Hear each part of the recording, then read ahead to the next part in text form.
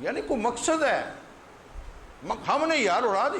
کیوں عبادات کو مذاق کرتے ہو بھائی؟ گھروں میں بیٹھ جاؤ یار, کوئی ضرورت نہیں ہے, اور ورنہ عذاب بن جائے گا. مثلا یہاں کے جو معتکف ہیں, میں نے نمازیوں کو میں نے کہا حرام ہے ان سے ملاقات کرنا تمہارا, خبردار, جو گیا عذاب میں مبتلا ہوگا. وہ ان کے ٹائم کو کیوں برباد کرتے ہو؟ بلکہ ایک بچہ یہاں بیٹھا ہے, اس نے مجھے اگلے دن میں گزرا, السلام علیکم. میں نے کہا تو سلام کو چھوڑ, رب کو متعلق ہو تو وہ چھوڑ 10 دن تو.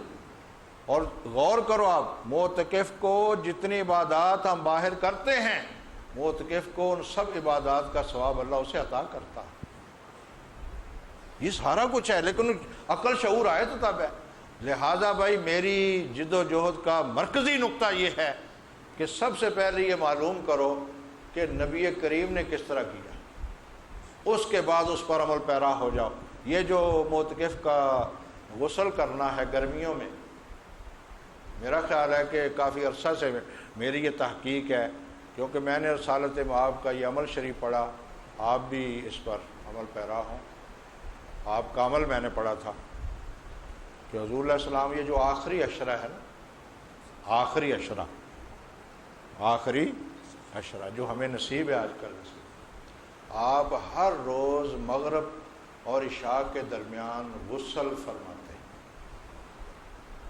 آخری عشرہ آپ ہر آخری عشرہ میں دیکھو غسل جو ہے نا, غسل, اور کاش کہ ہم اس کو غسل سمجھ کے کریں. میں ایک جملہ غزالی کا سناتا ہوں آپ کو. ایک غزالی کا جملہ میں نے پڑھا, امام غزالی, انہوں نے احیاء علوم الدین میں لکھا, وہ ایک جملہ, وہ فرماتے ہیں, اے 40 سال وضو کرنے والے, اے 40 سال وضو کرنے والے, اگر تیرے اندر احساس سے طہارت پیدا نہیں ہوا تو تو نے وضو کیا نہیں. یہ ہے وضو غسل, یہ ہے وضو غسل, یعنی ذہن کی پاکیزگی. یعنی انسان یار بری بات سن کے بھی پریشان ہو جائے کہ یہ کیا بات ہو گئی, یہ اس کو پاکیزگی کہتے ہیں. اب میں کہتا ہوں جب حضور غسل کرتے ہوں گے کس, وہ ہمارے والا وہ غسل بھی نہیں ہے یار. اور حضرت عثمان غنی کا میں نے جملہ پڑھا, وہ فرمایا کرتے تھے کہ میں نے بھائی 3 دفعہ آزاد دھو لیا, سارا کچھ کر لیا, لیکن یاد رکھو میں اس طرح وضو نہیں کر سکتا جس طرح رسول پاک کرتے ہیں.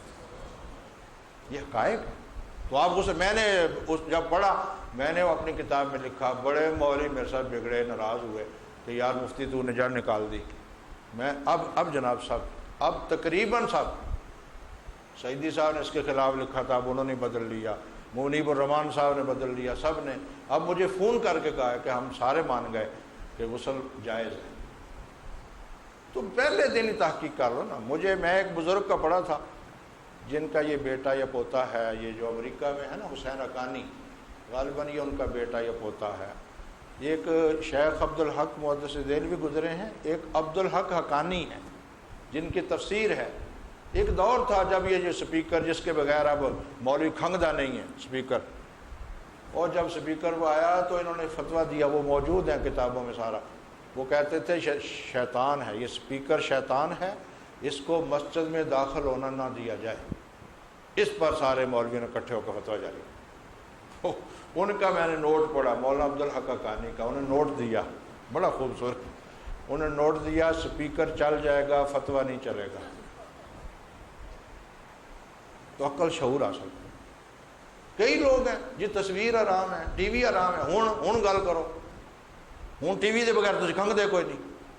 تو پہلے ہی حرام کہنے سے سوچ لو کہ ہر اسلام نے اسے حرام کہا یا نہیں کہا. تو سارے دنیا کے لوگ اس پہ سوچیں, اس نقطے پر آئیں کہ میں نے اعتکاف کرنا ہے, میں نے نماز پڑھنی ہے, میں نے روزہ رکھنا ہے, میں نے عید کرنی ہے. میرے نبی کریم نے کس طرح کیا؟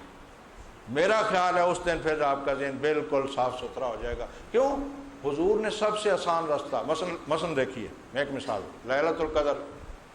آپ کائنات کی کوئی کتاب پڑھ لیں, آخر میں بھی صوفیاء کا لٹریچر پڑھتا ہوں, دیکھتا ہوں, اور لوگوں کو میں سمجھاتا بھی رہتا ہوں. آج بھی ایک جملہ کہو تو میں کہہ دیتا ہوں, صوفیاء کے ہم پیراو ہیں, اولیاء کے ہم ماننے والے ہیں، مجتہدین کے ہم ماننے والے ہیں، لیکن یاد رکھو اسوہ ان کا نہیں، اسوہ رسول اللہ۔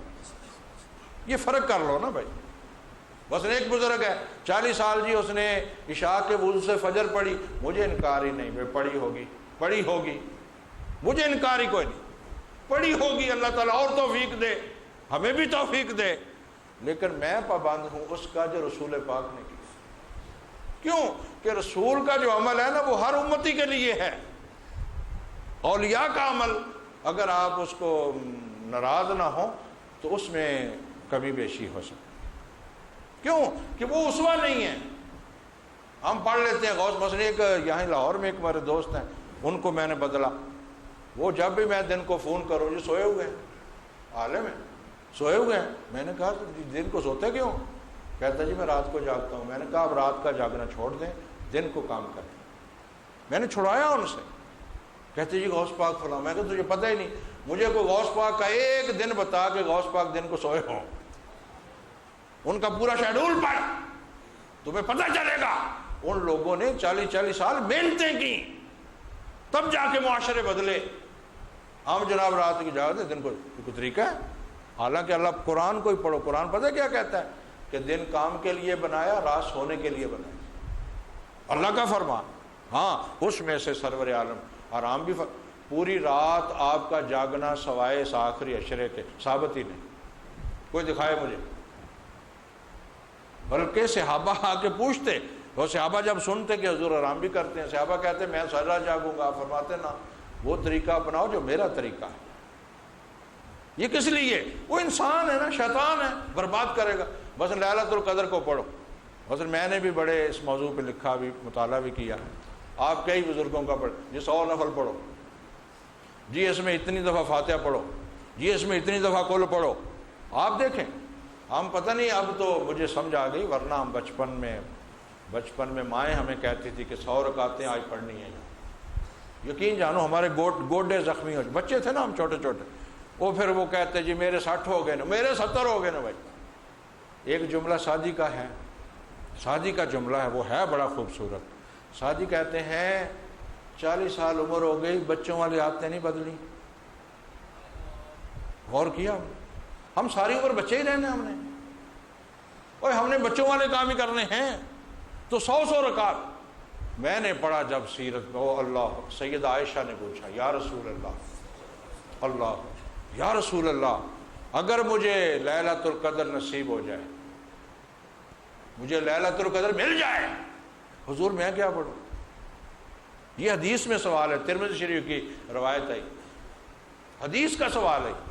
اب حضور بھی تو کہہ سکتے ہیں نا کہ پورا قرآن ختم کرنا بھائی، اور حضور بھی کہہ سکتے ہیں کہ 100 دیگیں پکانا، حضور بھی کہہ سکتے ہیں 100 نفل پڑھنا، لیکن پتہ ہے آپ نے کیا کہا؟ عائشہ اگر لیلۃ القدر نصیب ہو جائے ہاتھ جوڑ کے رب سے معافی مانگتا۔